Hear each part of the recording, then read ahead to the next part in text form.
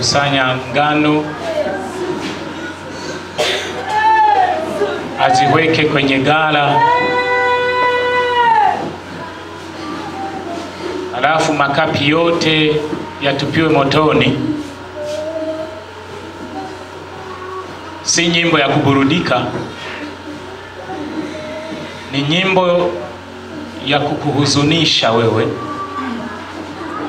kama mwinjilisti, kama mtumishi wa Mungu, kama uliyeokoka,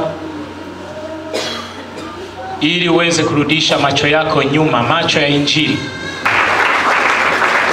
Twese turahaguruka kugira ngo tubakire nigomba kudukora.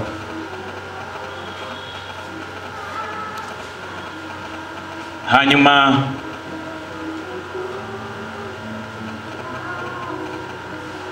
turiko kandi nizera, sinzi ubuhinga abakozi b'Imana bariko barakoresha bivanye n'ibikorwa turiko turakora. Igikorwa gikwiye gushika itariki 5 cyakoretse. Ni byiza ko 5 z'ukwi11 ni byiza ko haba kubikurikirana. 11 byumvikana ko ari ukwi10. Bwana asifiwe sana. Ndizera ko abakozi b'Imana bafite ibyo bamenyesha baca baza babimenyeshe, hanyuma ijambo ry'Imana rivuga intambuko indwi z'ukuzura mpwemu yera. Hatua 7 za kujaa Roho Mtakatifu. 7 steps to be filled with the Holy Spirit.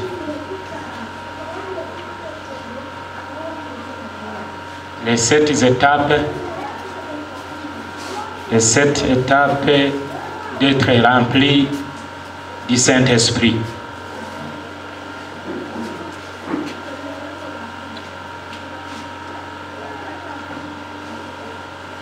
Mbere yuko dusoma iryo jambo, nashaka wibuke ko wizera cyangwa wakijijwe ntaca apfana n'abadayimoni. Uguti amen. Amen. Ntaca apfana na Satani. Amen yakurambiye. Amen. Kuko abadayimoni ntitubabwira ubutumwa.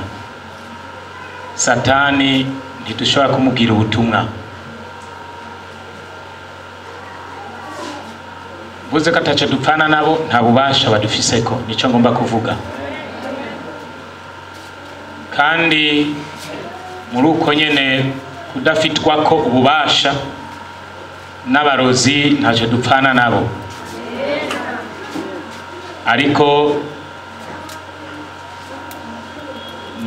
turafise igikorwa twahawe na Kristo cyo kubabwira ubutumwa bwiza. Mugabe ijambo ry'Imana rivuga ko banse kwihana ngo bareke kuroga, dufite ububasha bwo kubica bakavaho. Ijambo ry'Imana rivuga ngo itureke, itubwira ko tudakwiye kureka umurozi ngo abeho.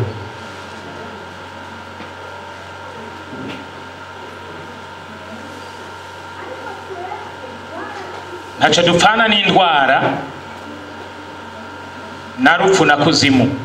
Muvye kuvuga ko indwara na rupfu na kuzimu n'impanuka nta bubasha bidufiseko. Niyo mpamvu ubutumwa bwiza tugiye kumva bwize ntambuko zo kuzura mpwemu yera ni cirore kigiye guca imbere ya kugira ngo wirabe ngene usa. Nturinde kuririmba ka karirimbo ngo turi imbere yawe Mana tumeze gute Mana. Nturinde kuyibaza uko umeze, uraza kuyibona mu kirori ingene usa. Tegereza kubikubwira, tegereza kuvyumva. Rero hari uturirimbo tudakenewe kuririmbwa igihe mukoranye.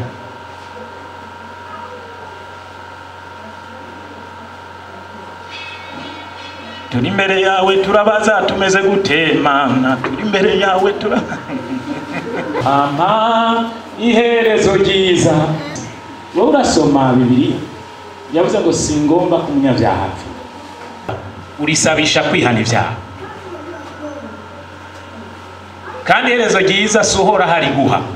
Oya, yavuze ati nashize urugi guguruye imbere yawe atawushobora kugugara. Hari inzira zibiri, inzira ifunganye n'irembo ryagutse. Wewe uhitamwa aho uca. Haleluya.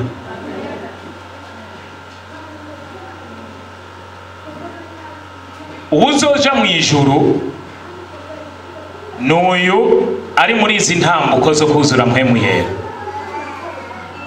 Ni umuntu yamaze kuzura mpwemu yera canke ari muri uru rugendo rwo kuzura mpwemu yera. Uwo ni wazoja mu ijuru. Muri ubutumwa bwiza ni ciro rurabiramwo umuntu akijijwe ingene asa. Tuvuze umuntu akijijwe n'umuntu akijijwe ivyaha, akijijwe n'indwara n'ubumuga.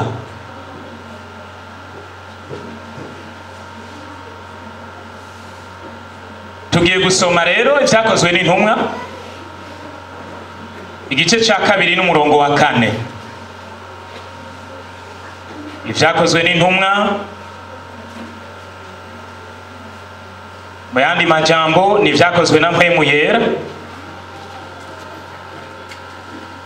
kuko inyuma yo kuduga mu ijuru kwa Yesu Kristo yarungitse mpwemu yera. Hanyuma mpwemu yera aca ashoboza canke akora ibikorwa byose vyakozwe n'intumwa. Ni mpwemu yera yabikoreye mu ntumwa. Haravuga ngo bose buzuzwa mpwemu yera batangura kuvuga izindi ndimi uko mpwemu agize abahaye kuzivuga. Dukomera amashishambo y'Imana.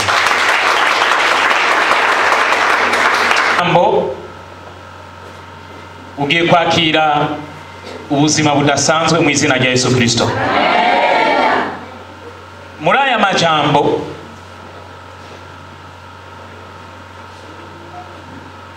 amateka y'abantu bose baza kugurura imitima araza guhinduka mu izina rya Yesu Kristo.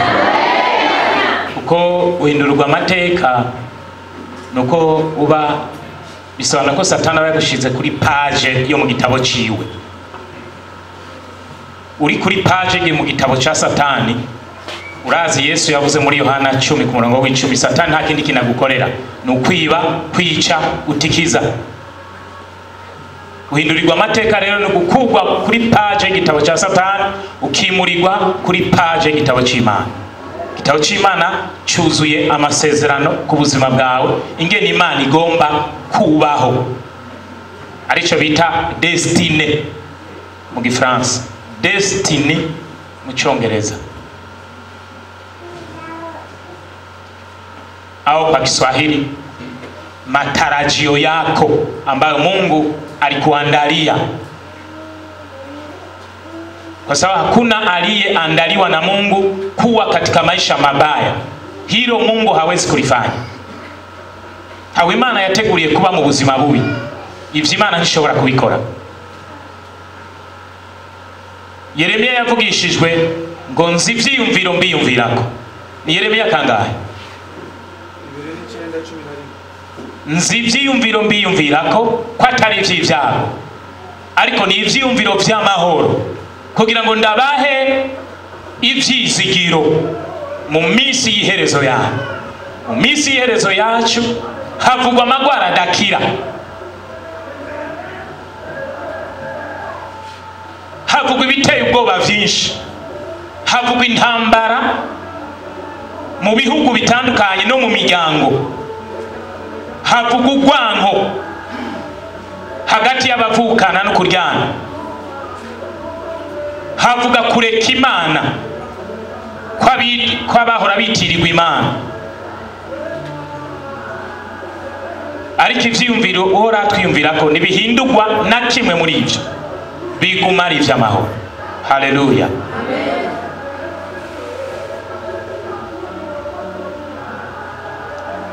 Twumvise ngo bose buzuzwa mpwemu yera, batangura kuvuga izindi ndimi uko mpwemu yera abahaye kuzivuga. Wote wakajazwa Roho Mtakatifu, wakaanza kunena kwa lugha mbalimbali kadri Roho Mtakatifu anavyowawezesha kusema. Bwana asifiwe sana. Abantu bashobora kuvugishwa n'Imana n'abavuga butumwa, n'abaririmbyi, n'abahanuzi. Abahanuzi nibajya bahanura abantu, abavugishwa n'Imana abo bategereza kugerera ku murongo wo kuvugishwa na mpwemu yera. Naho wowe uri kure udashobora kubona indani, ntushobora usutsemwo amazi, hategerezwa ko kugira ngo ico kintu cyuzure habaho intambuko. Ntibishoboka gushobora ngo wa usukemo rimwe bice byuzura, ntibishoboka. Bitegereza kuduga ku ntambuko, binyaruka cyangwa bigenda bukebuke. Niko bimeze. Wumvise ngo bose buzuzwa mpwemu yera, vyafashe urugendo, processus. Kuna safari ya kujaa Roho Mtakatifu. Hariho urugendo rwo kuzura mpwemu yera, kandi abuzuye mpwemu yera nibo bazoja mu ijuru, canke abari muri urwo rugendo rwo kuzura mpwemu yera. Kuko hari ab'inzambi zovuga isanga bataruzura mpwemu yera. Hari abashobora gushikirwa no gupfa bakitaba Imana bataruzura mpwemu yera. Mugabo mu gihe bari mu rugendo, muri process, aho boba bageze hose bari mu rugendo rwo kuzura mpwemu yera, nibo bizoshoboka ko baja mu ijuru. Kuko umuntu wese ari mu rugendo rwo kuzura mpwemu yera aba ari sahihi. Mtu yeyote ambao yuko katika safari, yuko njiani mwa safari ya kujaa Roho Mtakatifu, huyo ndiye yuko sahihi mbele za Mungu. Kuko hari bintu bibiri gusa, waruzuye mpwemu yera cyangwa uri mu rugendo rwo kuzura mpwemu yera, nabo gusa Imana ikeneye. Iyo wumvise muri Zaburi 16 ku murongo wa 3, Imana ivuga ngo abera bari mu isi nibo ntore nezerererwa bonyene, ibiri kiravuga abo, ibiri kiravuga abari mu rugendo rwo kuzura mpwemu yera cyangwa bamaze kuzura mpwemu yera. Nta bandi bakizwa bariho, abandi bose n'ububeshi, abandi bose bariko barabesha. Niyo mpamvu mubona na bugingo n'ubu hariho abapasitori bageraho barongora ishengero bataruzura mpwemu yera, batari no mu rugendo rwo kuzura mpwemu yera. Niyo mpamvu uzosanga basambanya abo barongoye. Kuko uri mu rugendo rwo kuzura mpwemu yera n'uwuzuye mpwemu yera nabo bonyene bitwa abana b'Imana, kuko ntibashobora gukora icyaha. Nkuko mu cete cya mbere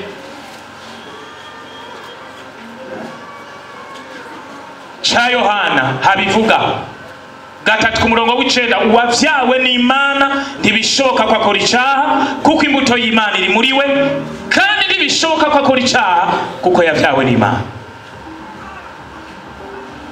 Yesu nahabwa icyubahiro.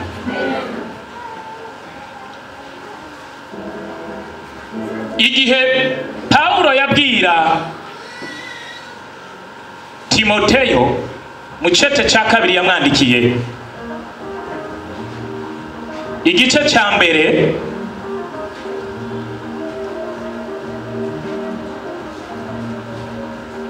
n'umurongo wa 14, amubwira ngo uzigame ikibitsanyo ico kibitsanyo mu gifaransa babyita le dépôt. Le dépôt, du verbe déposer. Muramuha ngo kwidepo, kwidepo yibiye, idepo y'amafana. Nikuvugana ahantu hari gituro bashira ivyo binyobwa. Kuko kugira ngo wuzure mpemu yera hari byinshi. Iyo mwumvise ngo baririmba ngo tugenda twiyenge, ivyo Imana ishira muri twebwe rero bica mu ijambo ryayo, mu nyigisho wumva. Ni ibyankenerwa byose bikorakoranwa mukugiye kuvyumva kugira ngo wuzure mpemu yera. Yesu nahabwa icyubahiro. Hatua ya kwanza, intambwe ya mbere yo kuzura mpemu yera no kwihana no guharirwa ibyaha. Now, the first step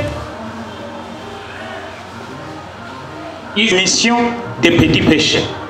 Kwihana no guharirwa. Iyo niyo ntambwe ya mbere yo kuzura mpemu yera. Hallelujah.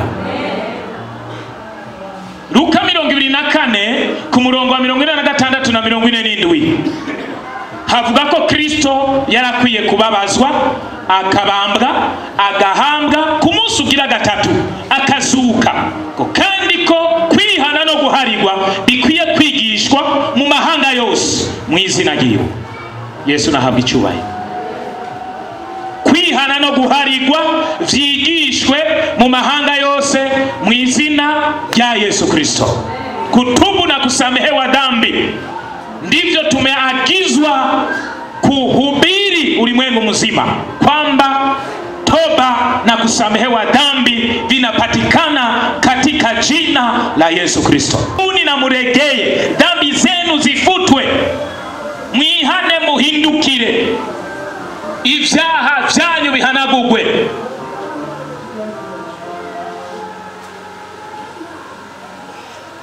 No kwihana kukwezwa, kuzana kwezwa kw'impwemu, kwezwa k'umubiri, kwezwa k'ubugingo. Mu cete ca kabiri Paulo yandikiye Abikorinto, cete ca kabiri Paulo yandikiye Abikorinto igice c'indwi umurongo wa mbere, yababwiye ngo iki? Kuko dufise ivyasezeranywe twiyuhagire ubuhumane bwose bw'umutima n'ubwiki n'ubw'umubiri. Yemwe bantu b'Imana, mu bintu bijanye n'ukwezwa muri urugendo rwo kuja mu ijuru, umubiri usigara inyuma. Kuko umubiri utegerezwa kwezwa, kuko Bibiliya ivuga ko imibiri yacu ni ingingo za Kristo. Mu cete ca mbere Paulo yandikiye Abikorinto 6 ku murongo wa 15, ntimuzi yuko imibiri yanyu ari ingingo za Kristo? None ntori ingingo za Kristo ndazihindure nk'iz'umusambanyikazi biragahera. Haleluya. Imibiri yacu ni urusengero rwa mpemu yera. Cete ca mbere Paulo yandikiye Abikorinto 3 ku murongo wa 16, ntimuzi yuko imibiri yanyu ari urusengero rw'Imana, kandi ko mpemu yera aba muri mwebwe avuye ku Mana. Umuntu wese azokonona urusengero rw'Imana, Imana izomurandura. Mwili wako sio wa kwako, ili ufanye unachopenda kufanya. Mwili wako ni wa Mungu, ni mahali ambapo Mungu anakaa. It's a dwelling. Your body is a dwelling of God. Your body is a dwelling of Holy Spirit.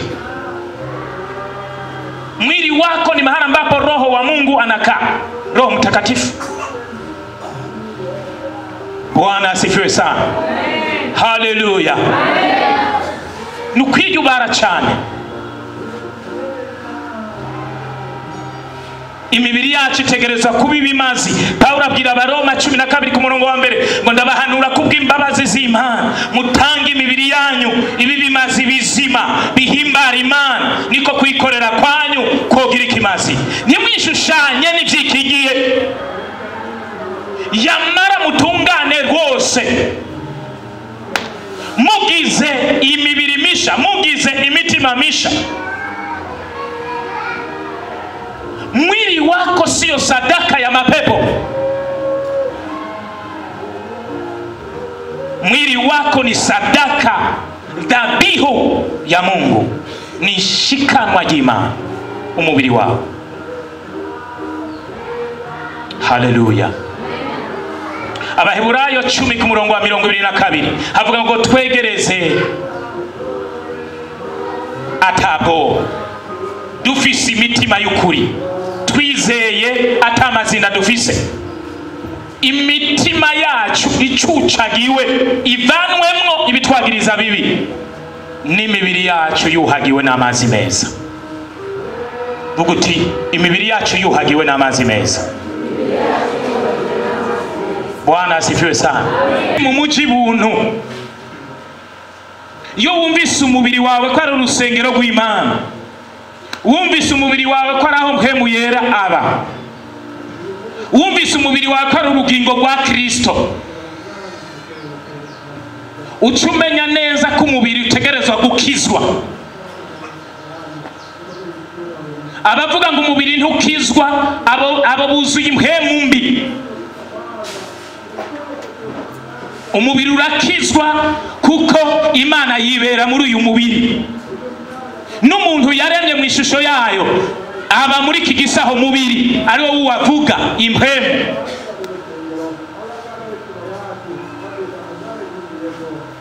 Niyo mpamvu nous devons être saints et saints. Dutegereza kuba bera kandi dutegereza kugira n'amagara meza.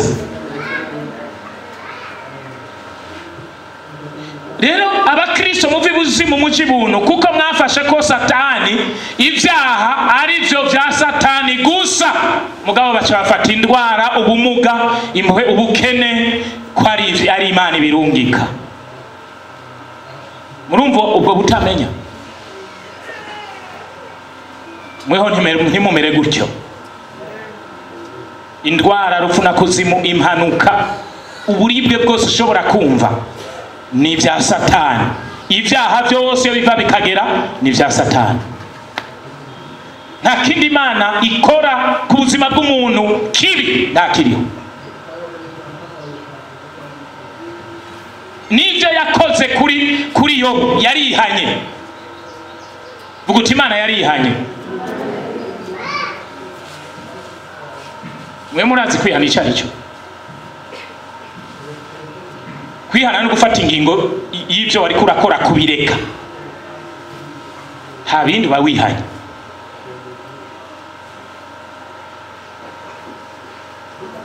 Imana yari kurigisha twebwe, kandi yari kirihesha icyubahiro kuri Satani ikoresheje Yobu. Afise ibisagutse canke baba bamerewe neza gusa, naho baba bamerewe nabi birashoboka ko baguma bizera Imana. Rero ivyabaye kuri Yobu byahereye hajya. Igikorwa Imana yagomba gukora yaragihejeje. Ubu naho ivuga ngo iki? Ivuga ngo sinzemera yuko indwara canke ubumuga bitera abera bari mw'isi, ngo ariko nzobireka bigende mu babanka bose. Abatwanka nibo bahamagariwe kugwara. Igihe cyose ndiko ndasenda daimoni zingwara zigenda hehe? Kubanyanka bose. Kuko Imana yonyine ivuga ngo abanyanka bose barakagwara. Wo dusomera icyo cyanditswe ntuzi? Ayandi mahanga yose ntihazoba ingumba y'umugabo cyangwa y'umugore muri mwebwe cyangwa mu masho yanyu. Uhoraho azokora kuri indwara zose, ntazoteza n'imwe muri za ndwara mbi zo muri Egiputa nk'uko muzizi, ariko azoziteza aba bana bose. Komera Imana amashi. Muri Matayo 12:43 ngo impwemu mbi, impwemu ihumanye iyo habaye kuyisenda ikava mu muntu, ngo iki cyaha atagira amazi igenda irondera ahantu yo ruhukira. Aho rero impwemu mbi dusenda mu buzima bwacu zije kudutera ziruhukira hehe? Mu batwanka bose. Yesu nahabwa icyubahiro.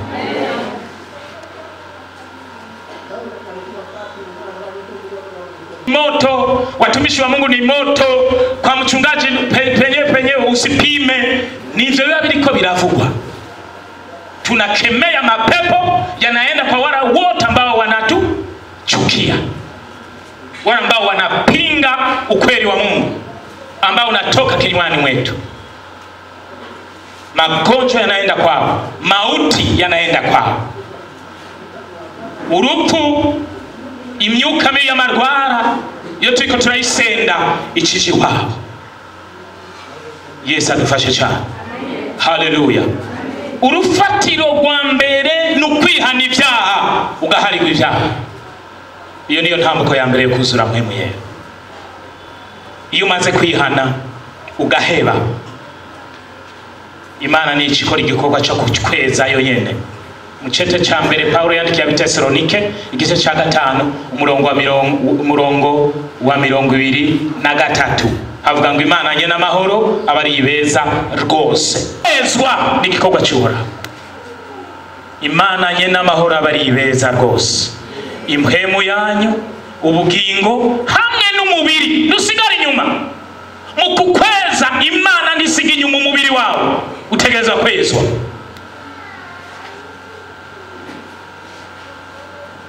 Umbiza ndakubwiye, igihe Aburahamu Imana yamuha ngo arinde ikimazi cyayo, icyo kimazi cyayo cyari iki? Zari inka yaja inka yakataguye yose ashira ngaho ku gicaniro, afata impene arakatagura ashira ngaho ku gicaniro, afata intama arakatagura ashira ngaho ku gicaniro, afata inuma arakatagura ashira ngaho ku gicaniro. Imana ikimubwira ati rarira icyo kimazi, ibisiga ntibize konona. Kugeza je Uhoraho aho numvira apeti ngatangura kurya inyama. Yari isahani y'Imana, Imana yagomba ifungure. Abraham abwirwa kurarira iryo sahani Imana igomba kurirako kugira ngo ntihagire ibiza konona. Yaciye asinzira, ibisiga bica biraza biragwako, birya inyama z'Imana, birya ivyo kurya vy'Imana. Niko bimeze. Umubiri wawe ni shikanwa y'Uhoraho. Igihe cyose utaraririye uwo mubiri wawe, ibisiga, imbwa zirashobora kuza, ingurube zigatakanga uyo mubiri wawe, kandi araho Imana iba. Intambuko ya mbere ni ukwihana ugaharirwa ibyaha, ukwezwa impemu yawe, ukezwa umubiri wawe, ukezwa ubugingo bwawe. Haleluya. Intambuko ya kabiri yo kuzura mpemu yera ni guhinduka umwigishwa wa Yesu Kristo. Second step to be filled with the Holy Spirit is to become a disciple of Jesus Christ. Mwibuke bene data, kufanywa kuwa mwanafunzi wa Yesu ni agizo tuliagizwa na Yesu. Mathayo 28 mstari wa 19 mpaka 20. Mathayo 28 umurongo wa 19 kugeza 20. Iri ni itegeko twahawe na Kristo, guhindura amahanga abigisha. Abantu ntitubabwira ubutumwa bwiza ngo tubahindura bihanye gusa. Oya, tubahindura abigishwa ba Yesu Kristo. Il y a un second travail qui doit être fait sur les gens qui sont sauvés. Muri piscine, uko na piscine irateye. Haleluya. Abantu mwese muri ngaha mwa mwarabatijwe mu mabakure, ntimurabatizwa na bugingo n'umwe, kuko muri nyuma y'ico Yesu Kristo yavuze. Mwakurikiye ikintu cy'umuntu, mwakurikiye ikintu cy'idini, ntikizobabuza kuja mu ijuru. Oya, ntabwo kizobabuza kuja mu ijuru, ariko mubabatijwe ntimurabatizwa, kuko tugera ikirenge mu cya Kristo, nitugera ikirenge mu cy'umuntu.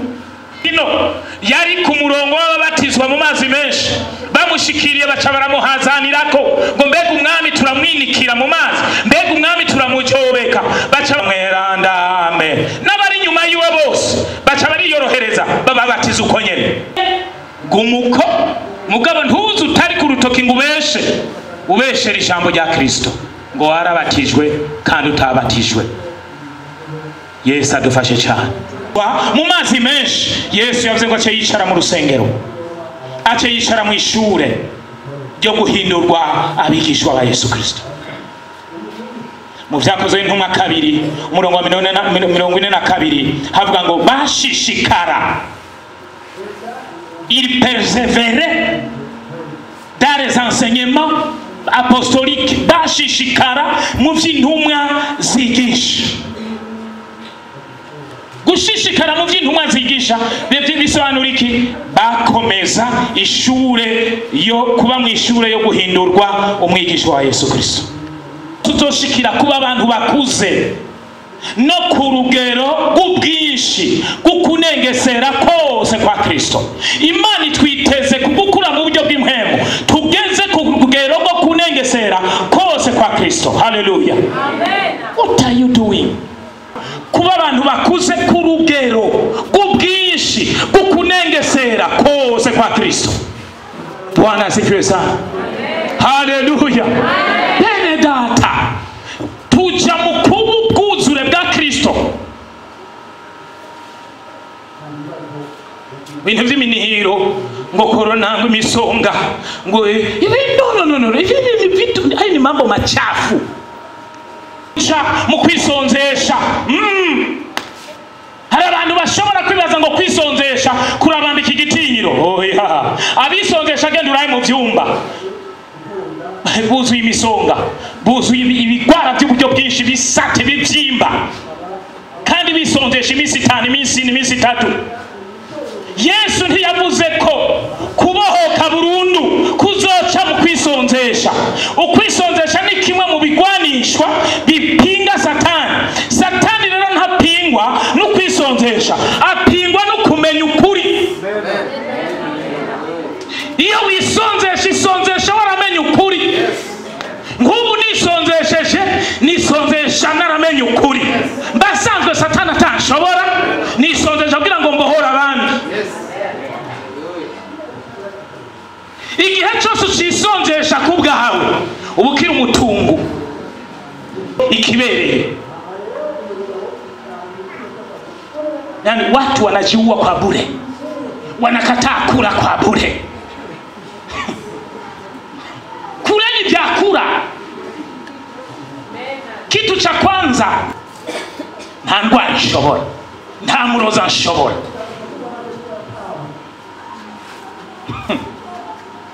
Naho no kwisonzesha Satani n'ibikorwa vyiwe n'ubusa, bigumara ubusa, kuko ntibigirwa ubusa no kwisonzesha bw'iwanje. Oya, bigirwa ubusa n'ingene ndavyiyumvira ndabifata. Naramenye ukuri ko Kristo yahinduye ubusa rupfu, ko Kristo yahinduye ubusa wa murwanizi, ko Kristo yasanga ngo ibi Satani n'ibikorwa vyiwe, ko Kristo yatwaye ubumuga bwanje bwose yikorera n'indwara zanje zose. Uko n'ukuri namenye. Rero ntisonzesheje n'ibisobanura ngo bica biza binyarikemwo ntari cyane. Ntibishoboka. I'm not a house of the devil, I'm a house of God. Ntabwo ndi inzu y'abadayimoni, ndi inzu y'Imana. Nawe ntabwo uri inzu y'abadayimoni, uri inzu y'Imana. Haleluya. Uri urusengero rwa Mpemu Yera.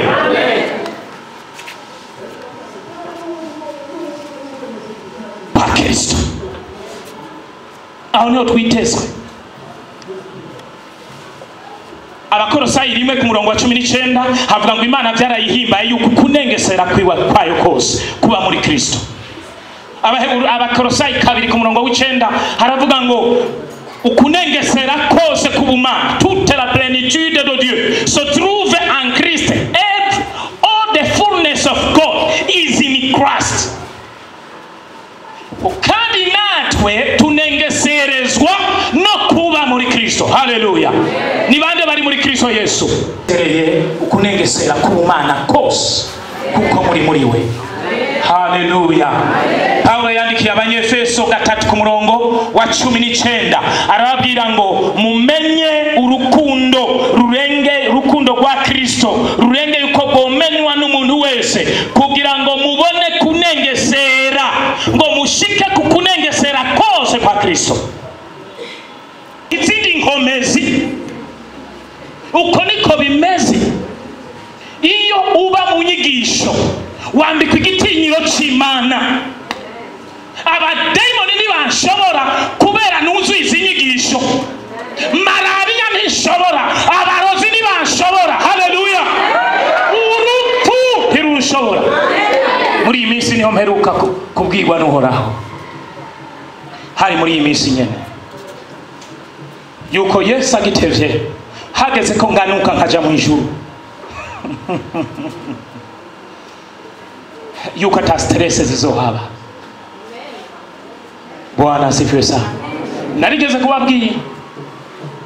Narigeze kubabwira kuhoraho ndiko ndiyumvira ukuntu abantu bakatagurwa, abantu bakeregwa, nkumva ikintu gitobara uruhu, nkumva ari ibintu bibabaje cyane. Mpwemu w'Imana carambaza none nimba ivyo rero wumva bigumye gose bibabaza cyane, wumva none tube turagutahana hakiri kare. Nababwira ko ntararonka inyishu, nababwira ko nabugingo n'ubu atanyishu nigeze nishu. Haleluya! Mugabo n'ubu ico naharawe ndonse sinyishu yico. Ningene Yesu agitevye hageze ko ntahuka iwacu mu ijuru, nta stress, ntabyo ngo emawe ngwe papa ngwe nyokuru ni mugacerere nagiye. Haleluya! Bwana asifiwe sana. Nikizira mubonye ngwaye ndaremvye mukaza kundaba naho niyo nzira yo gutaha muhava muntwara mu bitaro biragahera ku buzima bwanje. Ibitaro birakubakwa, ababijamwe abaganga barakagwira bavura abantu, mugabo Yesu ndimu.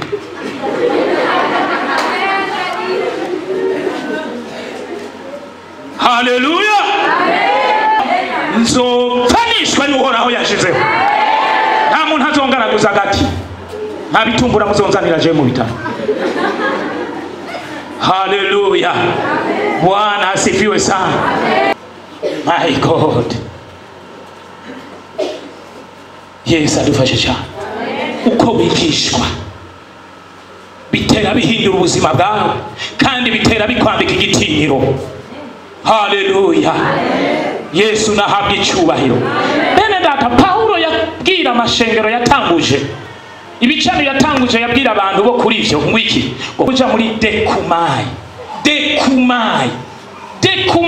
ushikamye au tetereki, uratuje, Mungu ndiye anafanya kazi kwa ajili yako. Haleluya! Hariho hatangura the word of Christ, ijambo rya Kristo niryo ritangura. Ubwo nibwo bita ubutumwa bwiza bw'ubwami, nibwo butangura. Uri kurabwumva rero haca haza baptized in the Holy Spirit means that you are a spirit. To be baptized in the fire means that you are also fire. Être baptisé dans le Saint-Esprit, ça signifie que toi tu es un esprit. Être baptisé dans le feu, ça signifie que toi tu es le feu. Uhinduka impwemu. Ico ni igitinyiro kindi nivo gihambaye. Haleluya! Igihe cyose ndoye kuryama, imyango yose iba yugaye, ntiba yugaye mu buryo buboneka gusa, iba yugaye no mu buryo butaboneka. Wewe kukubera wugaza amaboko bati nipata ngo chwe ugiye kuryama kuko wugara mu mubiri gusa, utugara no mu buryo bw'impemu, abarozi baraba kwicayeko, abakinzi baguma bakindira ku nzu yaha hejuru kwibati ngo kate kate, urumva ko yakengere ntuzi ko begera urupangu rw'iwanje. Urupangu rw'iwanje rwuzuye insecticide. Insecticide urayizi, ni umuti wica ubukoko. Abamarayika baruzi urupangu baguma basprayinga bapompa insecticide mu kirere, haruzuye. Nta murozi ashobora kuguruka ngo ace hejuru y'inzu y'iwanje, kirazira. Arabura haca kuko nungara mu buryo bw'impwemu. Abonye ko namubonye tayari, bukeye ndiko ndazunguruka muri iki gisagara, duhura n'uwundi muntu nyene bwo muri mwe nabo bambara amakanzu. Asharambira ngo wewe tumesha kutia kwenye orodha ya Freemason wewe. Kubeheri yarayabonye ndamunani. Haleluya. Bene data, iyumvire wewe uri ntumwa mu gishingo cha Kristo. Wewe ni mtume badala ya Kristo. Chumba mahala ambapo Kristo amelala, kuna mwangaza naweza kukanyaga juu ya bati, chini pamelala Yesu.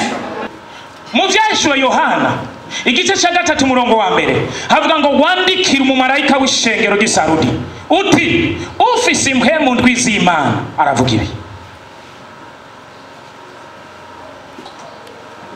Yesu nahabwa icyubahiro. Mu vyahishwe Yohana 1 ku murongo wa 4 tubonaho impwemu ndwi z'Imana kandi.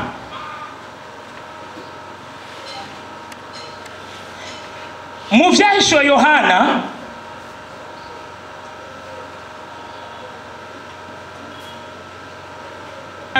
tubona impwemu ndwi z'Imana. Izo mpwemu ndwi z'Imana cha ziba muri uwo muntu ni impwemu yera nyene qui se partage, qui se fait cet esprit de Dieu. Il se fait cet esprit de Dieu. Izi ntambuko zisobanura yuko ata muntu yuzuye impwemu yera bishoboka kwagwara, bishoboka kwarogwa, bishoboka kwagira impanuka. Nibiba ibintu byose biva kuri Satani biba byarabujijwe. Mpwemu ubushobozi wose wa gatanu, mpwemu kumenya wose wa gatandatu, mpwemu kubahora wose w'indwi. Zose zigiye guseseka inyoko zizoba zaboze. Abasambanyi bose bagiye gusamba atawubumviriza.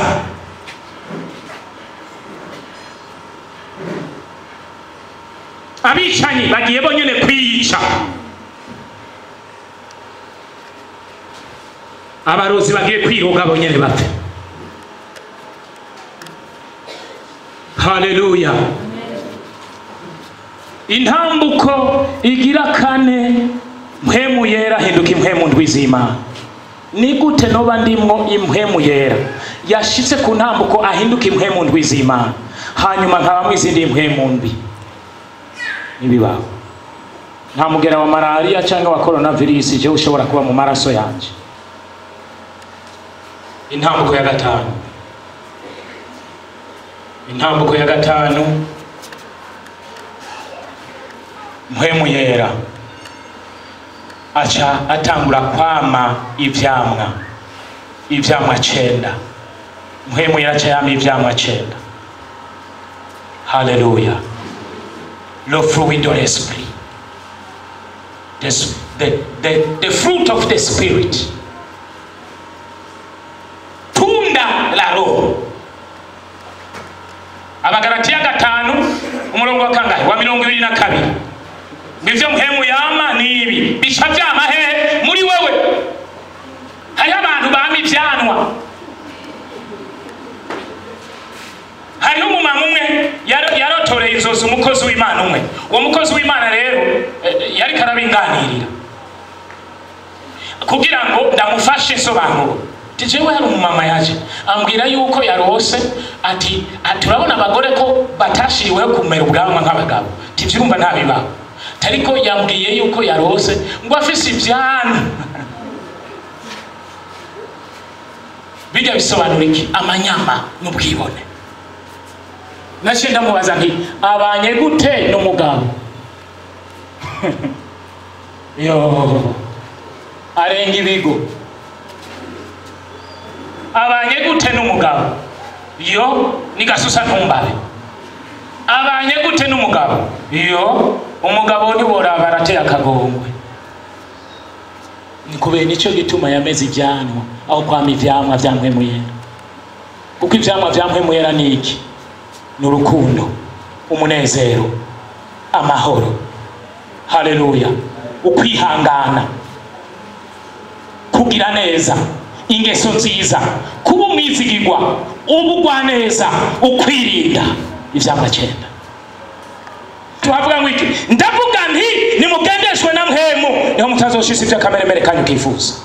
Kuko kameremere yifuza ivyo mpwemu yanga, mpwemu yera kifuza ivyo kameremere yanga. Ngo ivyo biranhiganwa muri mwebwe kugira ngo mwoye gukora ivyo mwigomba. Niyo mpamvu uhora wisonzesha ukumva ngo ngorya, kumva ngo eka sindya, irya, eka sindya, irya, eka sindya. Kwera umukunzi w'inda ukacurya kandi hataragera. Ibikorwa vya kameremere. Satani atangura guhinda ubusa ivyo kwisonzesha urimo, akakwereka ko ataco bimaze. Kugira ngo utangure kwisonzesha ninde yakubwiye? Yesu abifashe cyane. Sambana, eka si sambana. Mwishura ati wambwawe mvi nyuma jewe kirazira sinkora cyacu ubusambanyi. Mubwira ati nzobiraba nzoguhinyisha. Uzomuhinyisha kugira ngo muryamane n'umugabo wawe. Aho kumuhakana mubwiye ngo ndi mu butinyandi mu kwezi, rorera manze mve mu kwezi. Acha namwe ngo hinge ndaguherekeze ngo ndabahuba. Nahindukiye gutya demitu. Nabwo ati wawe sinshaka kuza muri wanjye. Toka. Ntabyo kuvuga ngo none azocanyanka. None nda. Nta kurekereza imbwa ku rusengero rwa mpwemu yera. Nta kurekereza ingurube ku rusengero rwa mpwemu yera. Uyu mubiri wanje n'urusengero rwa mpwemu yera. Sinshobora kuwusambanisha. Haleluya. Urabizi TB Joshua icatumye kwara kuruhuka. Yagize ubuntu bwinshi ku bantu. Arateba araryohera Imana. Imana iravuga ngo uyu muntu sinshaka ko aguma mu isi. Nshaka ko no murabaraba turi kumwe. Kujya kwa Enoke na Eliya. Bararyoheye Imana. Ukuntu bahicubahira Imana, ukuntu bitondera ibyagezo by'Imana, ukuntu bavuga ubutumwa, umutima bari bafize mu guhanura abantu. Hahigwa bapfa bapfira mu mwami kugira ngo baruhuke ubutame bwabo, ibikorwa bakoze bikagenda bibakurikira. Abo n'abagirane n'abantu bapfa ugupfa bahawe nk'impera n'Imana.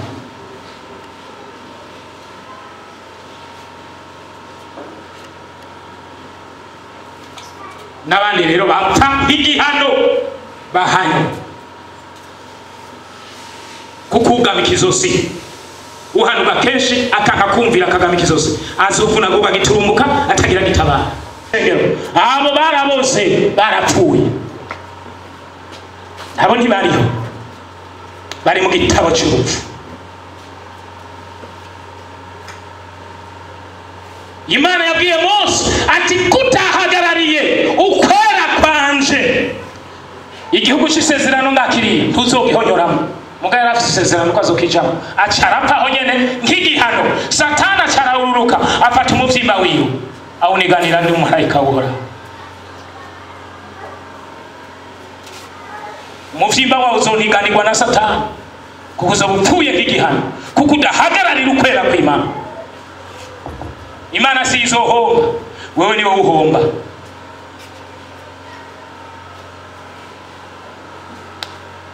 Nta bandi Imana yifuza n'abantu buzuye mpwemu yera, canke bari mu rugendo rwo kuzura mpwemu yera. Haleluya. Intambuko ya 6 gira mugenzi ati agira heze. Intambuko ya 6, intambuko ya 6 mpwemu yera aca amabiro y'ibikorwa muri wewe. Nukuvuga haca haba guhabwa ingabire, impartation of the gift of the Holy Spirit,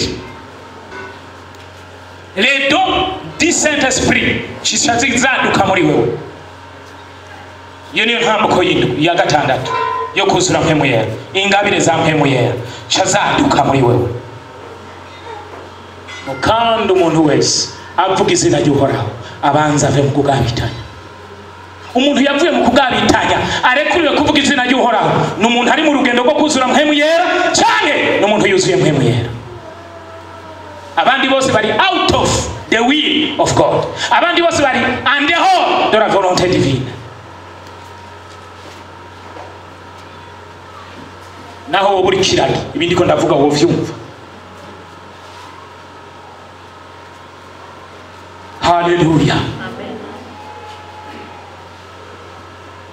Hacabanda yavuga ngo uyo mpemu yera aho umuntu umwe ijambo ry'ubwenge, uwundi akamuha ijambo ryo kumenya, uwundi akamuha kwizera, uwundi akamuha ingabire zo gukora ibitangaza, uwundi akamuha ingabire zo gukiza abarwayi, uwundi akamuha ingabire zo kurobanura impemu dondo discernment, uwundi akamuha kuvugishwa n'Imana, uwundi akamuha kuvuga indimi nyinshi, uwundi akamuha gusobanura indimi. Ibyo byose bikogwe kugira ngo ishengero rya Kristo ryubakwe ritunganywe rwose.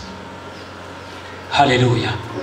Iyumvira uwo muntu yavuye ntuze avuye mu kwihana ibyaha, yigishijwe ahinduka umwigishwa wa Yesu Kristo, aca yakira mpemu yera, mpemu yera aca arinjira muri we, aba mpemu yera hamwe nawe, le Saint-Esprit avec lui, le mpemu yera muri we, le Saint-Esprit à lui, mpemu yera hamwe nawe, le Saint-Esprit sur lui. Aravuye aho mpemu yera ahindutse impemu ndwi z'Imana muri we. Aravuye aho noneho mpemu yera ariko arama ivyamwa. Ndababwira nzogenda nzonezereza Imana, sinzigera nezereza umuntu n'umwe. Uri mu makushi mu mafuti, uri mu mafuti n'Imana yakwanse, nanje ndi Imana sinshobora kugukunda. Ubu hariho ubweruzi, vuga ati hariho ubweruzi barakora. Mugabo wewe ubu kuri munsi y'irijwi ry'Uhoraho ririko rirakubwira, hari ubweruzi bwo gushira ibintu kuri stati, agakora amanyanga muri Golgotha, agakora amanyanga muri Pentecote, agakora amanyanga muri inde, akaca agenda agashira kuri stati. Uriko umuntu nawe ataragira ko hanugwa, nta makosha aragira, aracari mushaje, aracari kwariga kugira ngo yiyadapte ku buzima bw'impemu bw'irishengero, bwo kudapfa, bwo kutagwara, bwo kutarogwa, no gutekereza no kuba uwera. Unaji kwishira kuri stati ukavuga ya muhe ukigira iyo uri kuri imbiri ico. Imana niyo wishira kuri stati ukayituka, igicaniro cy'Uhoraho. Mwebwe ntimuzi Imana, rorera gatoya yo mugiye kubona kubantu mwena, rorera gato. Uhoraho yanyeretse azobahamba bakomeye kandi abacurike mu kinogo. Muriko muravyumva ndiko ndavuga, azofata amaguru nabonye ubuguru bureke burereta, umutwe uri hasi wimva ikinogo akomeye, mbona ububoko agira gutya, acurike mu kinogo acafurire. Gira mugeza turumva igihano cy'Uhoraho. Imana ntiyigera itsindwa. Wisharamika kuri statu, agatuka uwera, agatuka igicaniro, agatuka umwungere wiwe. Eyo aturabzaki.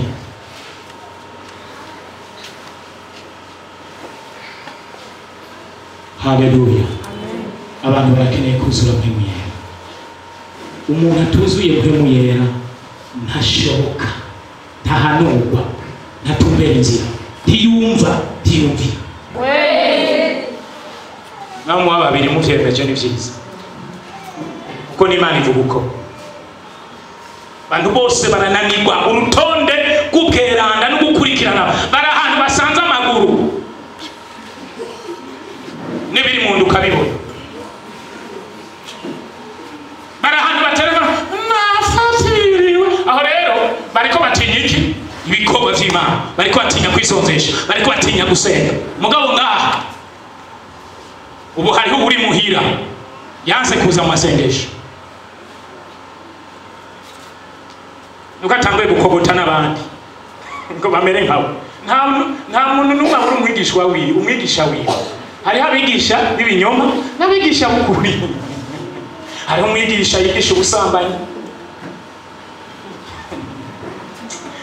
ari nahe zimwe ntashobora kubashingira kuko ataco zobamarira. Bwana asifiwe sana. Aravuye muri uyu muryango, ntimuze muvuga ngo iki, mube hafi. Nabonye ko akumbuye ivyo yahozemwo, kandi nta kintu na kimwe barako ndamwitegereza ugusa, aca ntangura kubabwira, kandi umwisha aca abibona,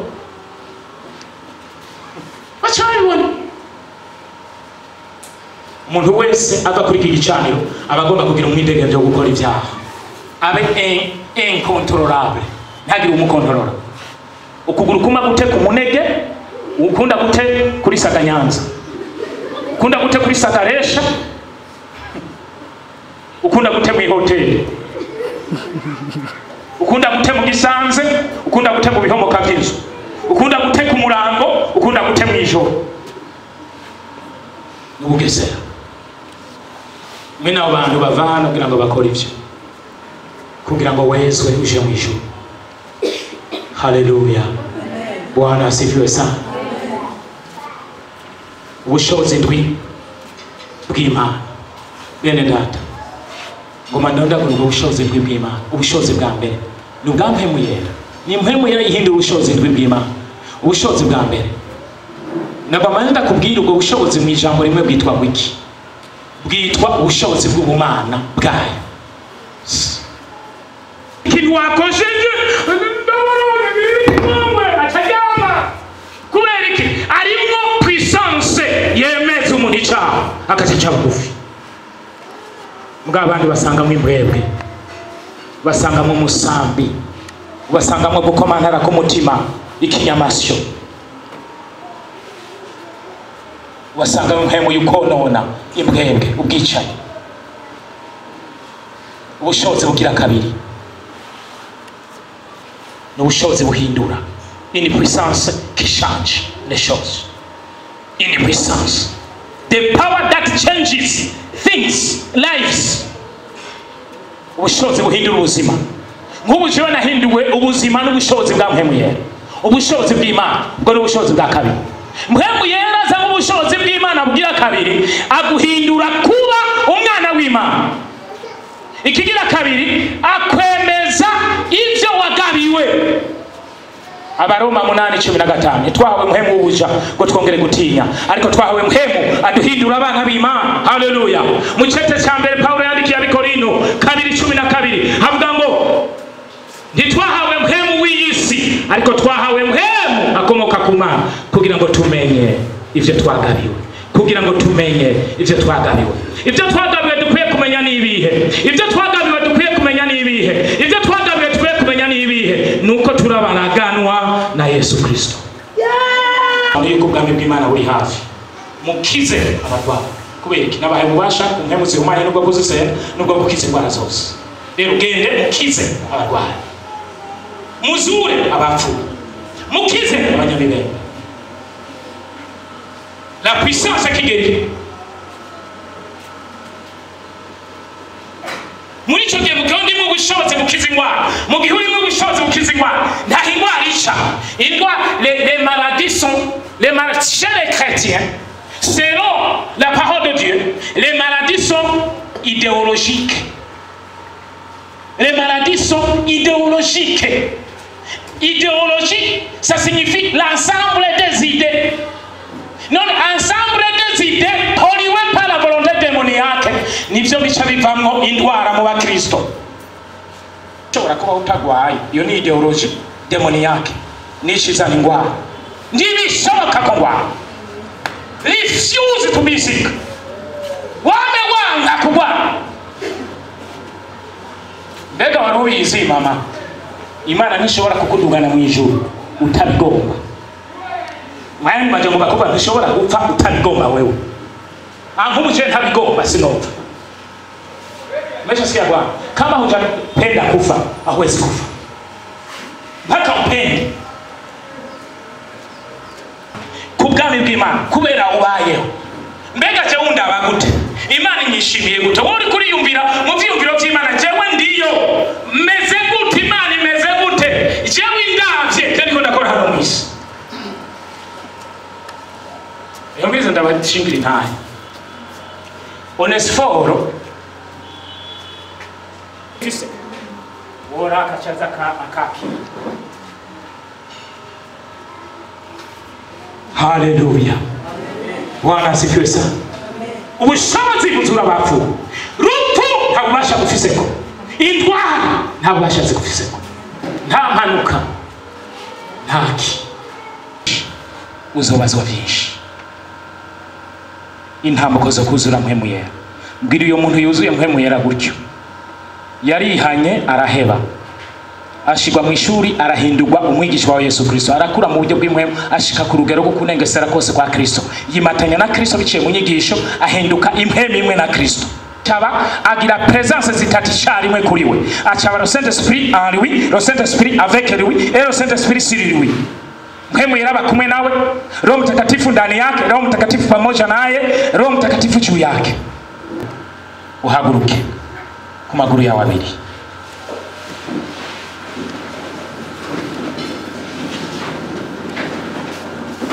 Tout le monde stand up. Retrospection. Retrospection nuko. Ugira gutya mugabo nawe harizi kwagiriza.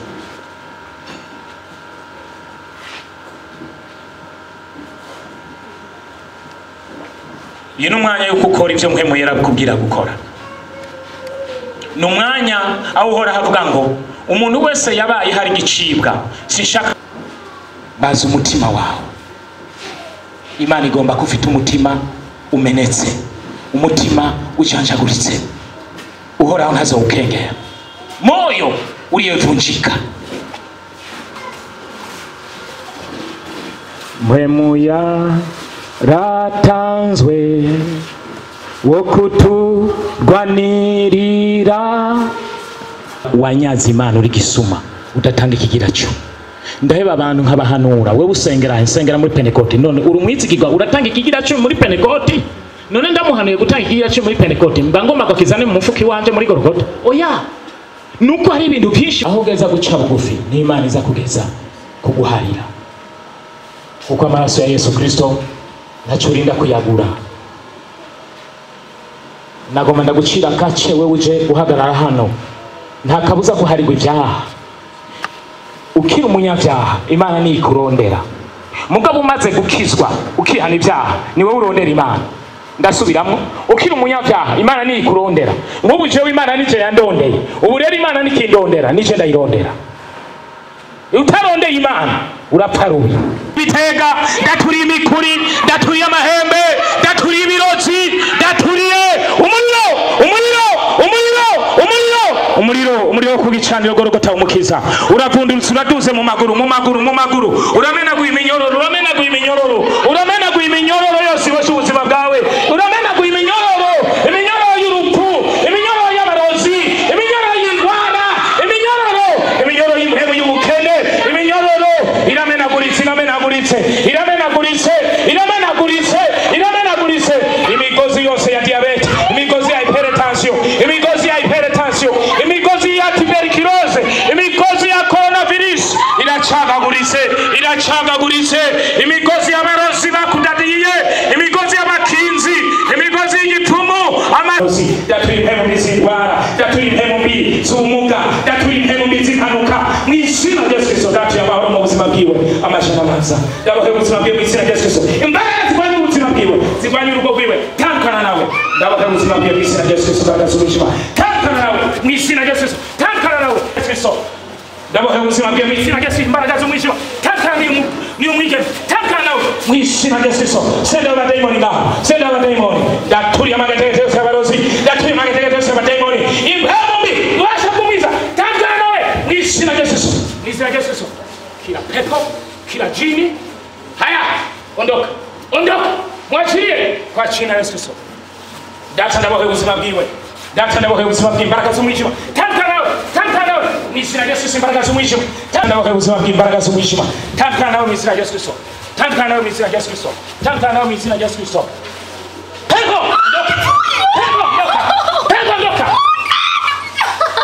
warundo rengonze aya umuriro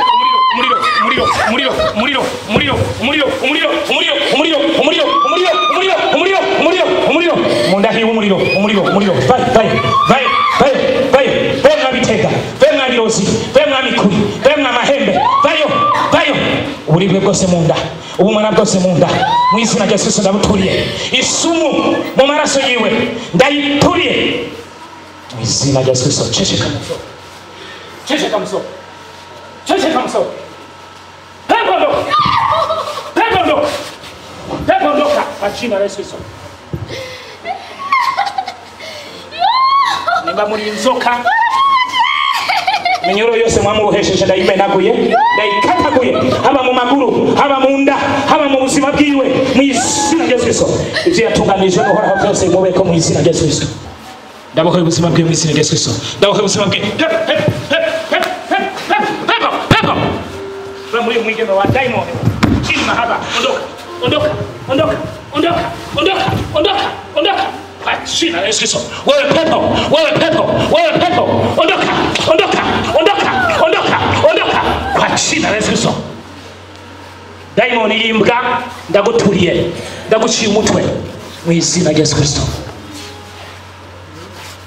turi bumara ndaturi isumu ndaturi burozi mu izina rya Yesu Kristo data ndabohoye ubuzima bwiwe mu izina rya Yesu Kristo imbaraga z'umwijima bikorwa by'abarozi mangetengete y'abarozi mangetengete y'abadaimoni mu izina rya Yesu Kristo tandukana nawe daimoni wa chini bayo bamunda hiwe rekura ubuzima bwiwe ndategetse mu izina rya Yesu Kristo ivyo mwashinze muri we ivyo mubatse muri we ndabishinguye ndabisambuye ndabituriye ndamukuye mu ibohero mwamushizemo ndamukuye mu kaburi ndamukuye mu mabenga ndamukuye n'ivy'ubutunzi bwiwe byose ndabikuye mwabiyoheye mu izina rya Yesu ndagize katarambano musubije mu izina rya Yesu Kristo tangu umwana wako mu izina rya Yesu mu izina rya Yesu Kristo wampe mu y'urupfu wandwara ndagushinguye hano hose wishinze mu izina rya Yesu Kristo tandukana n'uyu mukegezi mu izina rya Yesu Kristo data ndabohoye ubuzima bw'uyu mwana ndabohoye ubuzima bw'umwene data ndabohoye ubuzima bwiwe mu izina rya Yesu Kristo ndabohoye pepo uliyefunga biashara vyake pepo uliyefunga maisha yake pepo achia toka kwenye tumbo wewe nyoka na joka haya nakukata kichwa ondoka kila uchawi ndani ya tumbo haya pita kinywani uchawi wote tayari unapita kinywani uchawi wote unapita kinywani